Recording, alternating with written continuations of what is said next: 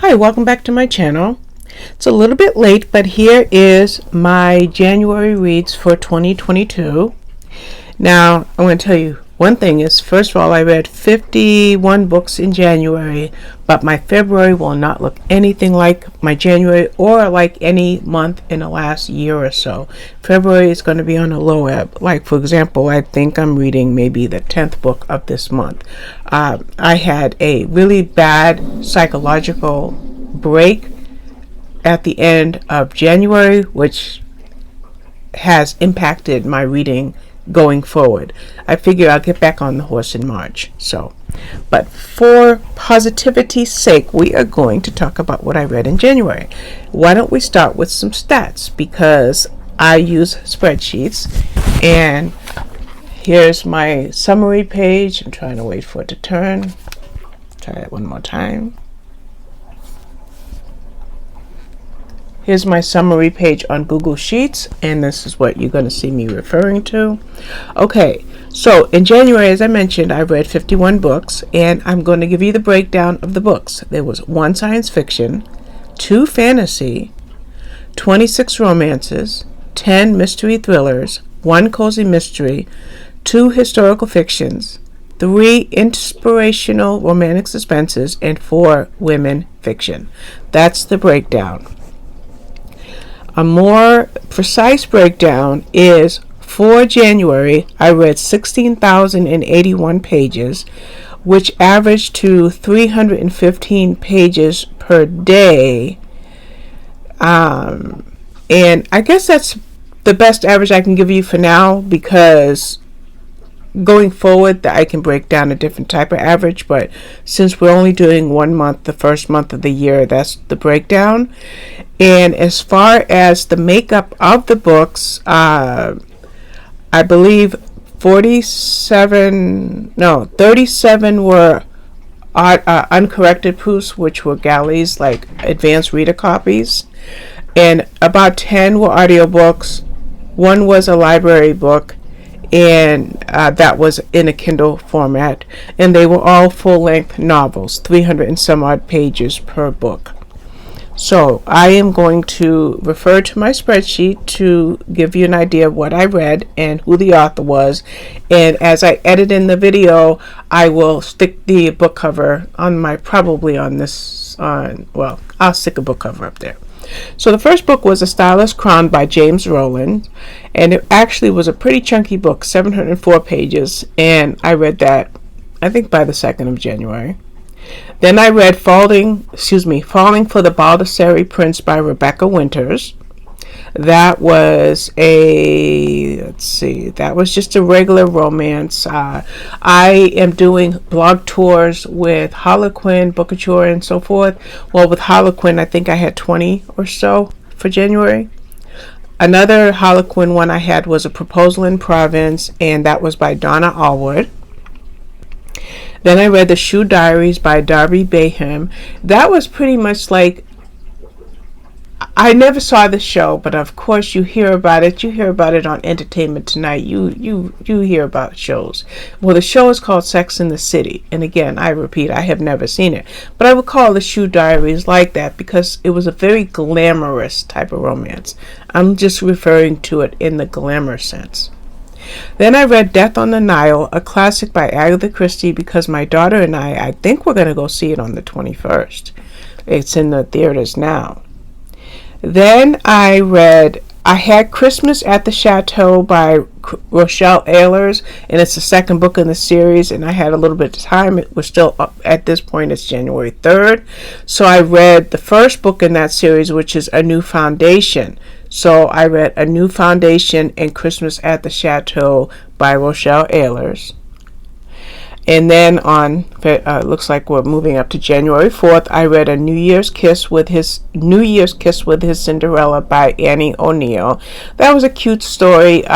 She got her kiss at New Year's when the bell dropped, and then surprisingly they met up again. I believe they were both doctors, or he was a doctor, she was a nurse, and he started working at the hospital she was at, so that's how they got together. Then I read The 5-Day Reunion by Mona Shroff, and it looks like I read 3 books on that day. Remember, January was a good month, February not so good. So that was the 5-day reunion, and this was really a nice cultural read for me because the characters were I don't want to say Indians, but like from India, and they had a wedding custom, and so the wedding took place over the wedding event took place over several days, and the woman that was going to get married, I believe it was her brother. I don't know if it was the groom's brother or the bride's brother, but or her sister was divorced, and they never told their grandfather because he was a very, very regimented, custom-oriented man, and they felt that if the grandfather, and also the grandfather had a heart attack, so at some point, so they felt like if he knew that his granddaughter had been divorced, it could have really messed with his health. So they never told him. So then this wedding is about to take place. So the couple has to pretend that they're still happily married so that the grandfather doesn't catch wind of their divorce. So they're together for 5 days. Just if they could get through this 5 days, they can each go back to their lives. I'm just going to have a sip of coffee. They can each go back to their lives and forget they saw each other, but we know it's a love story, so that doesn't happen. Then I read a few romantic suspenses, and the first one was Little Girl Gone by Amanda Stevens. Another one was An Operative's Last Stand by Juno Rushdan. I love Juno Rushdan. I've only read a few of her books, but the more I can read, the better. Then I read Undercover Canine Cowboy by Addison Fox, and His to Defend by Sharon C. Cooper. And actually, then I read a few other books. So we're moving into January 5th, and I read those all on January 5th. I'm going to jump ahead to January 7th, 8th, 7th through just as January 7th and 8th for the other two romantic suspenses, and that was Barry Cold Case Secrets by Sammy A. Abrams and Christmas Vendetta by Valerie Hansen. So that was a batch of books for that list of blog tours. But jumping back to January 6th, I read If You Ask Me by Betty White. Now, I read this book just before she passed away, so it was very coincidental. It was really good. It was an audiobook and she narrated it. And then I read 3 Bookouture books for blog tours. One was The White Rose Network. Excellent book. I think I gave it 4 stars, so for some reason, maybe 5, but it was The White Rose Network. Then I read Sapphire Cove by Sophie Anderson. I have not yet written that review, and I think my tour is tomorrow, so I've got to get that written today. I read it on January 7th, but I've got to get the review written. Then I read The Dust Bowl Orphans by Suzette D. Harrison. Now, last year my favorite book was The Girl at the Back of the Bus. And now, so far this year, my favorite book, at least in January, is The Dust Bowl Orphans. Now, if you read Kristen Hanna, you'll be familiar with The Four Winds, where the Dust Bowl, I think 1938, in Texas, had people leaving Texas in droves, and in the Four Winds, it was a very small family, mother and 2 children, I believe. I read it a couple of years ago, but anyway, mother and 2 children, and they tried to get to the land of plenty, which was California, and all the trials and tribulations they had. So in the Dust Bowl Orphans, that's the premise. The dust storm of in the 1930s, I'm pretty sure it was 1938, in Texas, and it just devastated everything. And I even put some pictures, I think I put some pictures on my blog of what it looked like, and I might even throw a couple in this video. Well, in the Dust Bowl Orphans, our protagonists are people of color, African Americans, but they were in the 1930s, so they were referred to as blacks. But in any event, it was a sister, a teenage girl and her baby sister, her 5-year-old sister, and they lost their parents right when the dust storm happened.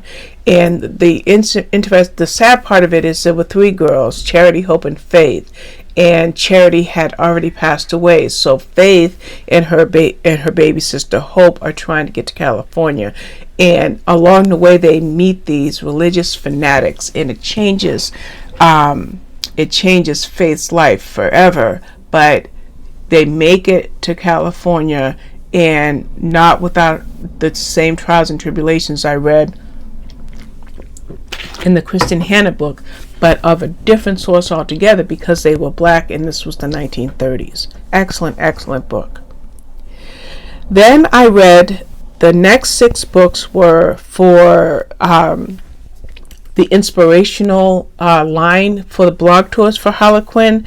The first was Christmas Vendetta by Valerie Hansen, and then Her Christmas Dilemma by Brenda Minton, Opening His Holiday Heart by Renee Ryan, Nursing His Amish Neighbor by Mata Perry, His Road to Redemption by Lisa Jordan. Sorry for looking down so much. Her Hometown Hero by Jacqueline Thomas, and then Snowbound with Her Mountain Cowboy by Patricia Johns. All very, very good books. I gave most of these 4 stars, but I believe I gave Snowbound with Her Mountain Cowboy 5 stars. Then I read The Last House on the Street by Diane Chamberlain. I love Diane Chamberlain. All of this is only the 2nd or 3rd book, but that was a really, really good book. Very good not really a psychological thriller, but kind of like a thriller, women's fiction type of book. And then I read Measure of Gold by Sarah Patton, which was pretty much my least favorite book for January. It was about what's the word I can't think of the word, but when they created medication out of natural elements years and years ago, like in the 1800s, or late 1800s, early 1900s, and how gold became part of their creating these medicines. And it was just a little bit, I don't know, I may have to reread it so I can kind of get a better grip on that type of book, because a couple of people said it was one of their favorite books for the month. So that's kind of why I want to reread it, to see if I was just off that day when I read that book. Then I read Hawk by James Patterson. Now, he had a series before that I did not read, and Hawk is the first book in a new series, so I thought I would read it. You know, it's fantasy, but it was really, really good. I really liked it. And then I read City of the Dead by James Patterson. I feel like I read another James Patterson book that month, but maybe I didn't. But yeah, I read City of the Dead. Now, Hawk and City of the Dead, they were audiobooks from an audiobook ARC situation that I have going on. So those are my 2 James Patterson books. I kind of feel there's another one, but maybe it's down the line. And then I read Easter Bonnet Murder by Leslie Meyer. Now this is, I think, the 27th book in the Lucy Stone series. It might be even a higher number than that. And when I started the series, everything was a 4 or 5 star. Then quite a few were, like, I gave 3 stars to. But Easter Bonnet Murder was really good, and I had to give it 5 stars. I really liked it. Of course, it's set in the Easter, spring season. I don't think the book is out yet. It'll be out in a few weeks. But I really, really like that one, if you like this cozy mystery series that features Lucy Stone. Then I read Going There by Katie Couric. That was an audiobook, but what I liked about it is you get to learn about Katie and how she became a journalist, and the trials she had, and the jobs that she had, and the people that she worked with, like Brian Gumbles, and it was narrated by her as well, but it was very insightful to see what she went through and how her career went, and how she lost the love of her life. I think it was cancer that took him, and how when she had a child. It was just a very, very good book by Katie Couric. Okay, I knew I read one more James Patterson book. I just had to look down the list. The third James Patterson book that I read was Fear No Evil, which is the latest Alex Cross book. No, I can't tell you what number it is offhand, but I have read every single book. And Alex Cross was really, really good in this book. There's some sad moments in this book too, since his buddy had lost his wife in the previous book, and he's dealing with that. So him and Alex, they work together really well. The next book I read was Dark Horse by Greg Hurwitz. I should have grabbed it because it's right in my room. But this is, I think, the 7th book in the Orphan X series. I love this series. It's more like adventure, thriller, something that I don't generally read, but I fell into this series, and I'm really glad that I read this book. Then I read a book by Ryan Shazier. Now, if you're a football fan, you probably will know that name. I am a mediocre football fan, so I did not know of him, but he had an injury that should have left him paralyzed for life, and he, as the book is named, The Walking Miracle, you'll see his story about how he defied medical expectations. Loved it. Now, I mentioned that I had read Snowbound with Her Mountain Cowboy by Patricia Johns. Well, I also read Jeb's Wife by Patricia Johns. Every month I want to get 1 or 2 of her books read. I just love, love, love her stuff. Then I read an upcoming book called The Golden Couple by Greer Hendricks and Sarah Peckinen. Now, I have read the first 3 books. They're co-authors, and this was really good. You kind of have very high expectations when certain authors put books out, and sometimes those expectations can be dashed. Well, that did not happen in this book. Excellent book. Then I read My Darling Husband by Kimberly Bell. Just as The Golden Couple was a psychological thriller, My Darling Husband was also a psychological thriller, and this book really got me. I gave it 5 stars, just like I gave The Golden Couple 5 stars. Then I read Love at First Sight by Anna E. Collins, and then I also read The Ex-Husband by Karen Hamilton. Now, My Darling Husband, Love at First Sight, and The Ex-Husband, they were also Harlequin blog tour books, but not in one of the inspirational lines or the suspense lines. They were individual blog tour books. And on that note, I also read The Overnight Guest by Heather Gudenkoff and Woman Last Seen by Adele Parks. All individual mystery thrillers, psychological thrillers that I read for Harlequin books. And then I am trying to read through the Janet Ivanovich Stephanie Plum series, so I got 9 through 12 read. They are To the Nines, 10 Big Ones, 11 on Top, and 12 Sharp. I already downloaded 13 through 16 that I will read this month in February. Then I read another book by Janet Ivanovich, and it's the first book in a new series called The Recovery Agent. Now, because her Stephanie Plum series has a lot of light moments, like some laughter. The grandmother in the Stephanie Plum series is a hoot.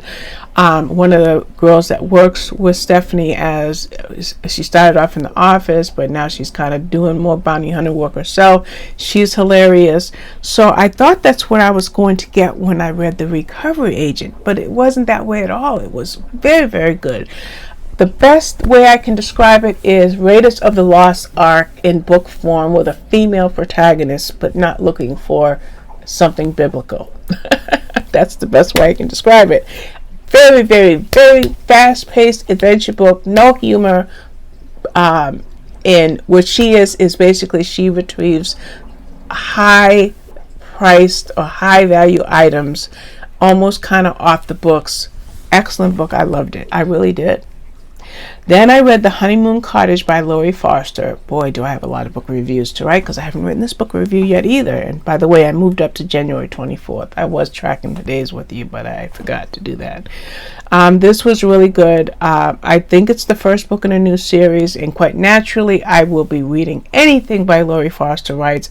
I'm blessed to be on her street team, so I get these books pretty early. I just have to get the reviews written. Then I read a Kate Hewitt book that was a heartbreaker from page 1 to page 300 and whatever. The child I never had. Basically, you have a woman who is raising her daughter alone because her and her husband had gotten divorced. The thing is, she adopted the girl, and all of a sudden the girl, and I think she's 16 years of age, says, I want to go live with my natural mother. Well, the thing is when the primary character and her husband adopted the baby, it was an open adoption, and they allowed the natural mother to be involved in the child's life.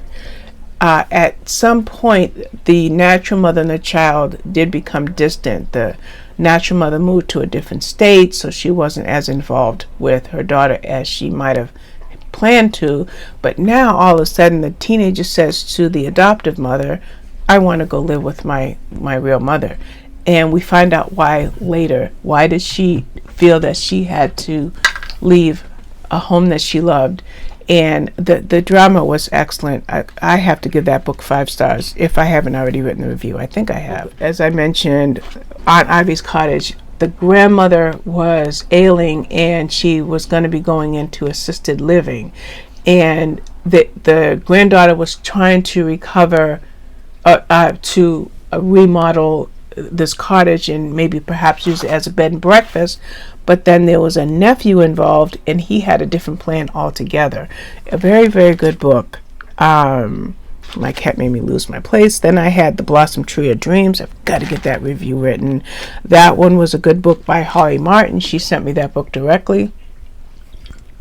So not only do I need to get that review written, I need to email her and let her know that I was hospitalized during the time that I should have been publicizing this book. So I've got to get that review written. But that was a very, very sweet book. I love anything Holly Martin writes, and I'm going to give that one 5 stars whenever I write the review. The last book I read was The Night She Went Missing by Kristen Bird. That was, it looks by the color. See, I color code my my arcs. So this had to be a Harlequin book based on the color, and I read that. It took me several days to read that because, as I mentioned, I was in the hospital, so I didn't have access to my Kindle. So that was the last book I read. I'm moving rather weirdly because I'm afraid my cat's going to knock my iPad over again. But that was a really good book. Another psychological thriller. I love that whole line of Mira, M-I-R-A, from Harlequin, because those books are always good, dramatic, psychological thrillers. And that brings me to the end of my list of books. I don't think I have any more stats that I can share with you. I'm just looking over my stat. Yeah, okay, came up to 519 pages a day. I wasn't sure if I was going to be able to do that. So we're going to end this video. I want to thank you. I'm going to ask you to like, subscribe, hit the notification bell, and come back for more. Thank you. Bye-bye.